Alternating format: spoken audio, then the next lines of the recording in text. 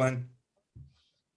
Welcome to the Many Shades of Green, heard on this one, MalcolmPresents.com and Hudson River Radio, which we're not doing right now because his set is down, but you'll see the show on Malcolm on Thursday, which is today, and Hudson River will be on Saturday. And Max, who is our premier host, do the intros. We'll take it over. All right. So as Malcolm said, hi, I'm Maxine Margaret Rubin, along with my co-host Malcolm Berman, and this is the Many Shades of Green, our program that engages in conversations that move to inform, educate, activate, and raise your eco-consciousness through culture, politics, music, art, science, and community. We hope to inspire you to pick a shade of green and become a community and make us a better place. We hope to inspire you to pick that shade of green and welcome into this beautiful blue-green planet we call Earth. So hi, Malcolm, and hi, Neil. Welcome to the program. Hi, thanks for having me. Thanks for coming on. So this is Earthrise, excerpts from a poem by Amanda Gorman, this young, amazing poet who did this, I believe, at the inauguration. It was originally done for Al Gore's Inconvenient Truth, his climate reality project. So here we go. On Christmas Eve, 1968, astronaut Bill Anders snapped a photo of the Earth as Apollo 8 orbited the moon. Those three guys were surprised to see from their eyes our planet looked like an Earthrise. A blue orb hovering over the moon's great horizon with deep oceans and silver skies. It was our world's first glance at itself, our first chance to see a shared reality, a declared stance in commonality, where despite disparities, we all care to protect this world, this riddled blue marble, this little true marvel, to muster the verve and the nerve to see how we conserve our planet. You don't need to be a politician to make it your mission to conserve, to protect, to preserve that one and only home that is ours, to use your unique power to give next generations the planet they deserve. We are demonstrating, creating, advocating. We heed this inconvenient truth because we need to be anything but lenient with the future of our youth. The poem was longer, the poem was amazing, and she's pretty incredible. Powerful. Powerful. We are all in this together, and the reality is that we are in a climate crisis. Amanda Gorman sees the world as a place of beauty, yet as a place that needs protection, especially for the youth who will inherit what we, the people, are leaving them. The late American civil rights activist James Farmer Jr. once said, "If we do not save the environment, then whatever we do in civil rights will be of no meaning, because then we will have the equality of extinction." Environmental history, politics, economics, and social issues are all intertwined. From FDR's New Deal to the Green New Deal, politics extends into environmental issues, and those who represent us in government need to heed the warning that we must act now to protect and preserve the planet. Time is of the essence. My guest this week, Neil Maher, professor of history and master teacher in the Federated History Department at New Jersey Institute of Technology and Rutgers University-Newark, is working to help protect the planet through his scholarship and his teachings, which explore how the natural environment has mediated power relationships between people over time. He's an award-winning author, instructor, and public speaker interested in the environmental and political history of the United States. His most recent books include Apollo in the Age of Aquarius and Nature's New Deal, the Civilian Conservation Corps, and the Roots of the American Environmental Movement. He has written popular essays and op-eds for the New York Times and the Washington Post. Maher's research has been supported by fellowships from Harvard University, the Library of Congress, the Smithsonian Institution, and NASA, among others. His offerings include courses in U.S. environmental history, urban history, and political history seminars on the Great Depression, the immediate post-World War II period, and the 1960s to 80s era. And oh boy, you have quite a resume there. So Neil, welcome to the Many Shades of Green podcast. Thank How are so you much. today? I'm great. Thank you so much for having me, and thanks for that great introduction. I really appreciate it. Yeah, Yeah, well, I feel like with in the Bill Maher show, you should come out now to the applause of the audience. right, right. And I wish I was related to Bill Maher, same last name, but it'd be yeah. nice to be his relative. Well, you can Okay. claim to, send a letter to him. Yeah, get on his show. It'd be nice. Yeah. Is that how you pronounce it? Is Mar or Mayor? Yeah, Mar. Yeah, Mar. Okay, like so the I planet, got that like one the wrong. planet, like the Okay. planet without the S. Mar. Okay. So Neil, what is your shade of green at this moment in time? I have to throw that as the first Yeah, I think that's a question. great question. I have to say, I think my shade of green right now is dark green.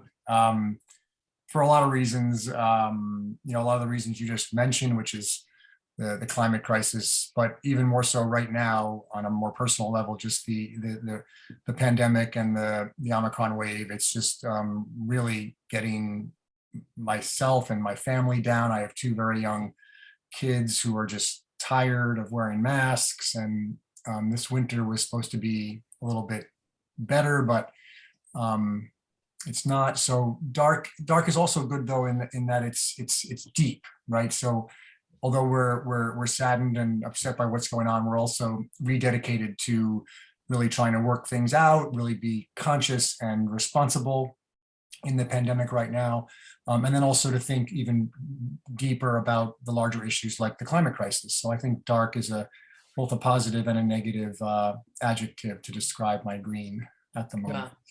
It's I mean, a lot of people are thinking the same way you are, believe But me. you know what I was thinking when you were talking, when you were doing the poem, is that the earth or people are like the different planets. I mean, when she was watching the different planets, there are millions of them, billions of planets, and we're only one tiny planet. The analogy was that the earth being sick is like one of your friends that are dying that has cancer. If they die, there will still be the rest of the Universe? there still be the rest of the populace as far as we're concerned. Taking that into to the planet, if our planet dies, what difference does it make to the system, to the other planets? We're just a little piece in the puzzle. Yeah, we're not. In essence, what I'm saying is we're not that important. We think we are. To I don't us. know. I mean, we fight to save. It's like when you have a sick friend, you do everything you can to make that friend better. But if a friend passes away, life goes on. And each planet is like, another individual. If the planet goes, there's still a billion other planets out there. Anyway, that's, I guess, what would they be? Nihilistic? That came out of left field. That's there. pretty dark. That's pretty dark. If you were hitting the dark spot, I think you kind of, when you were doing that poem, not that the you poem have that to wow, I didn't think that poem didn't come close to that in my perspective. I was, especially when the line about, it's the politics, it has to be, overcome. You don't need to be a politician to know that things need to be saved. You don't need to. Well, I think part of my view was listening to the news this morning. Well, that's What's your first happening. problem. So back to Neil. Let's get on to a subject matter that people don't always talk about, but how, what was kind of your pivotal life moment that brought you to awareness of the environment to the point where you not only studied but teaching environmental and political history? Well, in college, I was a history major, so I was really passionate about the past. And then after college, I actually migrated towards the environmental movement and worked as both a writer, but also as an organizer for the environmental movement. And at first I thought those two passions, one history in college and the other environmentalism after college, were separate. And I thought these were two things I had to maybe choose between. And then I realized there was this field of study called environmental history that I can talk about what that is, but it basically is the study of the past and the role that nature has played in shaping the past. So everything from how rivers affect settlement patterns in colonial America, to natural resources and industrialization, to even pollution and toxic waste today. That's all part of environmental history. And I realized that I could bring together my passion for history and my passion for the environment through the study of this field. And I think that for me was a pivotal moment when I didn't have to choose. I could actually join my two passions to study this thing called environmental history. So it was really a wonderful moment for me to realize that. Right, you've written books, you teach. I mean, just what sense do you get from your students on the Yeah. climate crisis and the role, their role in this, in shaping either policy or shaping grassroots initiatives or anything? I mean, Yeah. they see the history, do they bring it forth to now? I mean, how does that? I'm just curious. I just. No, it's a great question. And I think I should talk a little bit about my students and who they are, because my students might be a little bit different than you know, what people out there might think of when they think of college students. So, you know, I teach in Newark, New Jersey, you know, an urban city. The school is one of the most diverse campuses in the country. A lot of my students have jobs, they live at home. They're first generation, you know, college students. So this is not an Ivy League, an Ivy covered campus where people are thinking about, you know, learning for the joy of learning. These young people are serious students, but they're trying to get by and get a job. So they are, that said, they're extremely concerned about the climate crisis. They are all aware of it and they understand what's going on. But they're really busy people. Like they're really busy. Like they're holding down multiple jobs. They're commuting back and forth to school. And I think they've also, they feel a little bit let down by our generation, and they feel a little bit overwhelmed by what they can and can't do around it. So the sense I get is that they're really concerned and anxious about it, but that they're not that active because number one, they're busy, and number two, they're not sure what they can do. And that's what I do in my teaching, is to try to help them think about that. Yeah. Wow. I mean, you're right, because, you know, colleges have different diverse sets of individuals. Right. And, you know, you have, you know, inner city. I mean, I'm a Brooklyn College grad, and then I went to NYU for a master's. So I'm a city kid. Right. And, you know, I didn't CCNY. And CCNY. So, you know, we're a different mindset. It's a different set of, you know, kids, I think. You're right.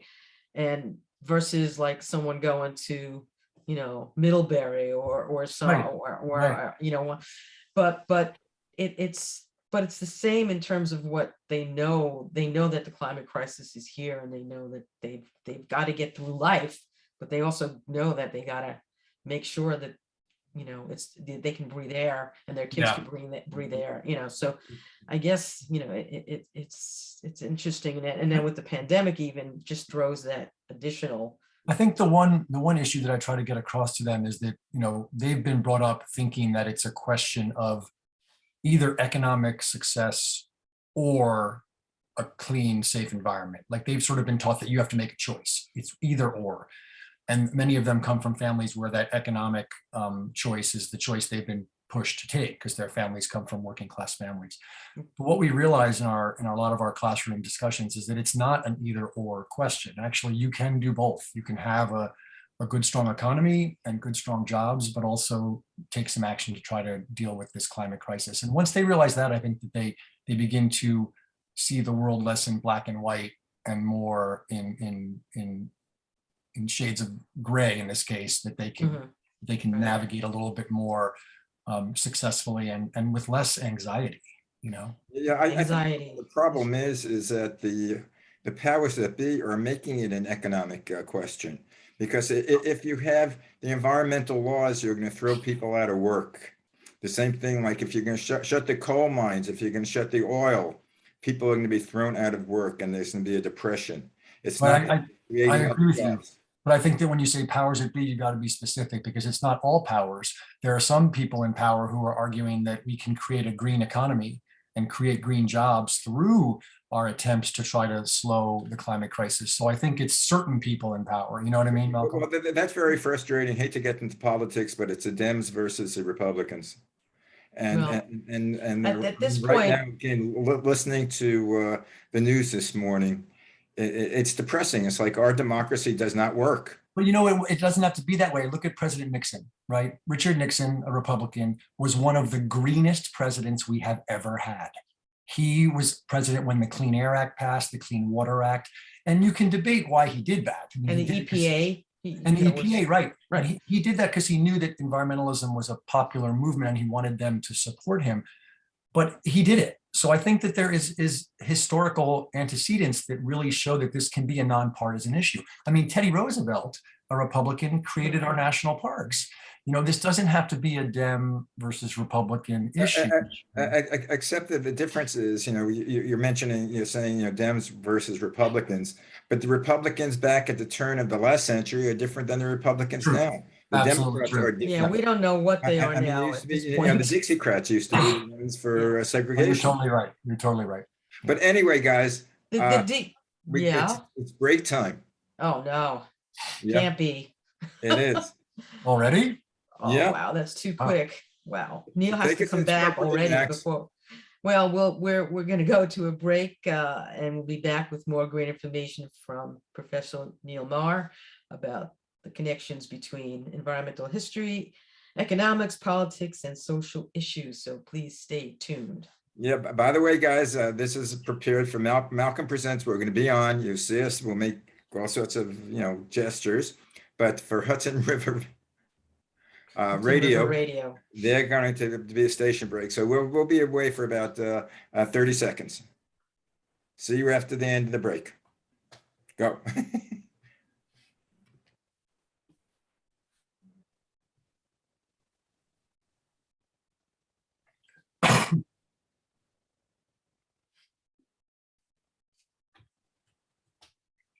Are we allowed to talk?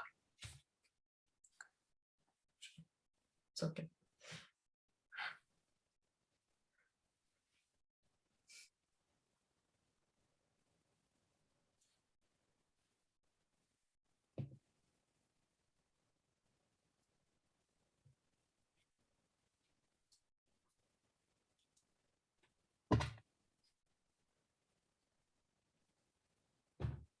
I think we can come back now. We're back. Back now. We're back. We're back with Neil Maher. We're going to talk more about history and politics, and we were talking about jobs before the break, and I noticed today that the Department of Energy is now looking to have, it's called the Clean Energy Corps. There were 1,000 jobs for clean energy jobs that you were talking about before, that it's important to get that out into the people's minds, that the clean energy jobs and clean energy is something that will help the economy, and it's intertwined with that. So I know that you've written books, and you politics and environment are intertwined. You have the books on Apollo and the Age of Aquarius, and then the book, Nature's New Deal and the Civilian Conservation Corps, which made me think about this Clean Energy Corps, that's kind of, which was done, back in FDR, right? That was. Yes, exactly. Yeah. Right. So that's something that, you would think would be, maybe have kids do a gap year and join even a conservation corps now or something. When President Biden first came into office, through an executive order, he called for the creation of what he called a civilian climate corps, a CCC. And that was very much modeled on the original CCC, the Civilian Conservation Corps, back in the 1930s that Franklin Roosevelt created. And Roosevelt created it to solve two crises. One was an economic crisis of the Great Depression, give people work. But the second crisis was an environmental crisis going on at that time, which involved deforestation and soil erosion and flooding of rivers. So the idea was to put people to work conserving natural resources, to, as he put it, to kill two birds with one stone, right? The economic and the environmental crisis. And President Biden is trying to do the same. He's trying to promote a civilian climate corps to put young people, actually any age at this point, to work.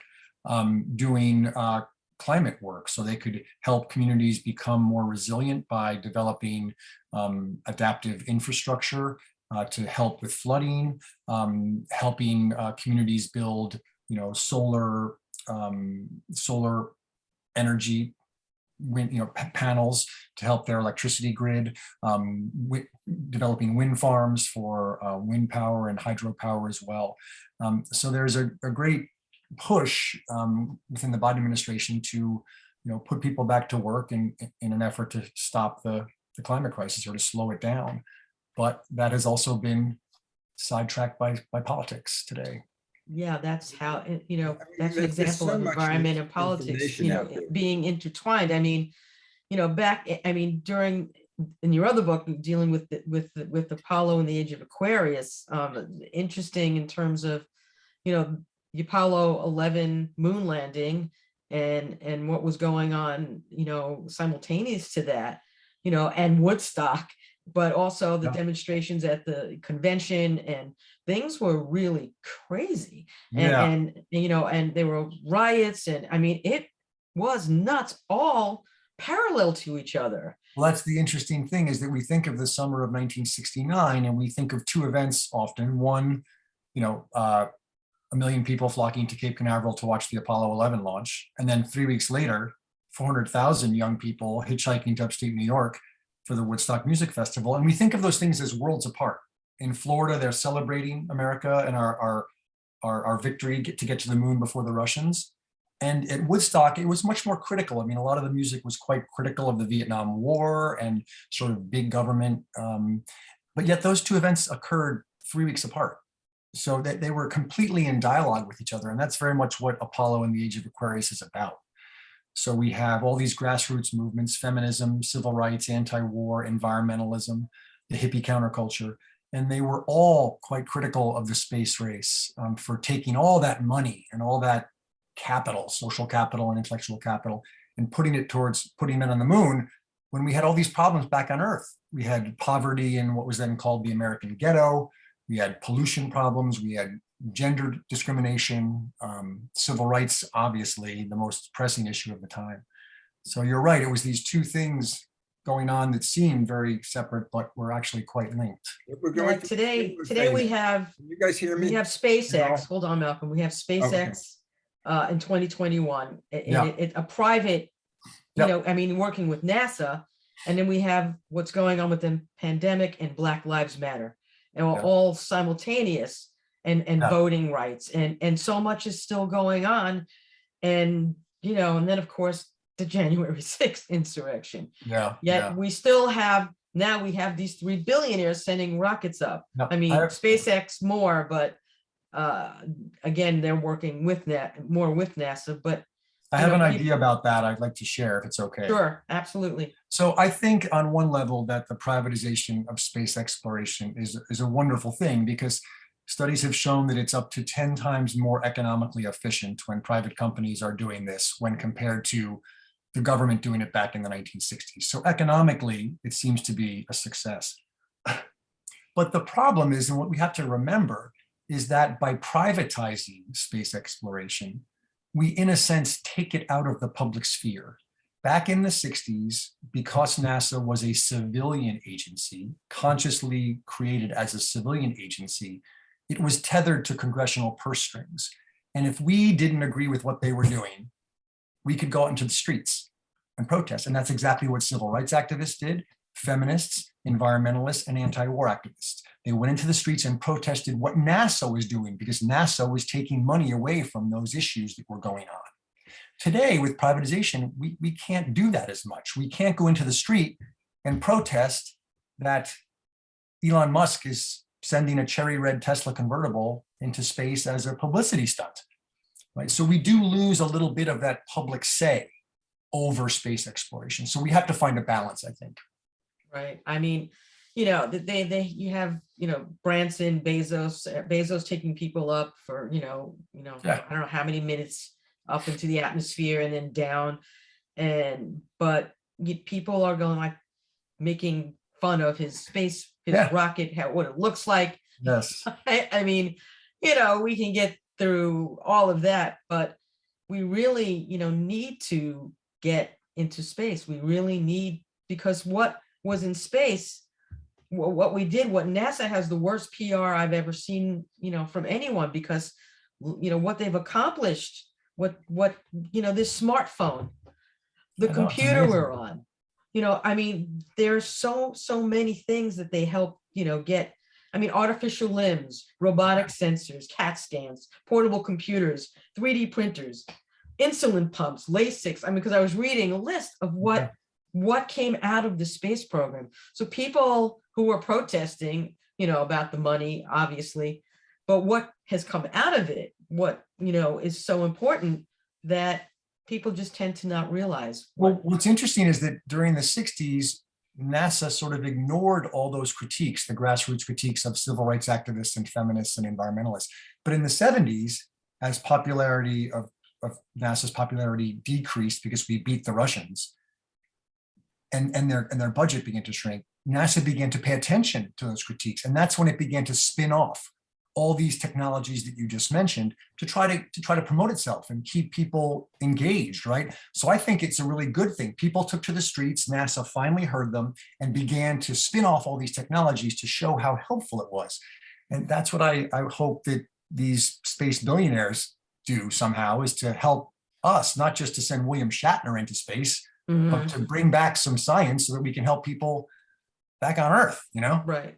Absolutely. That's key. I mean, we need to use those programs. We need to intertwine, the space race. And I mean, in terms of how the space race is affecting the environment, environmentalism, are they even thinking, these private companies, about? I thought you meant is NASA. NASA has been thinking about the environment from the very beginning. And I would say is probably, without a doubt, the leading force in us being able to understand climate change on the face of the globe. I mean, they're the most important entity. I don't think that these other companies are thinking in the same way. I think what they're saying is we'll provide the vehicle for NASA's experiments. That's about as close as they get, which is a great service. So it's a very important service. Well, the satellites that have been looking at the climate and climate change for 30 years, and they've had absolute proof now that it's man-made, that man has contributed greatly, and people go, oh, that's not real. And how do they do that this quick? It wasn't this quick. It was years and years and years of study through what satellite images were picking up and the data that they were transmitting, and then the data had to be interpreted.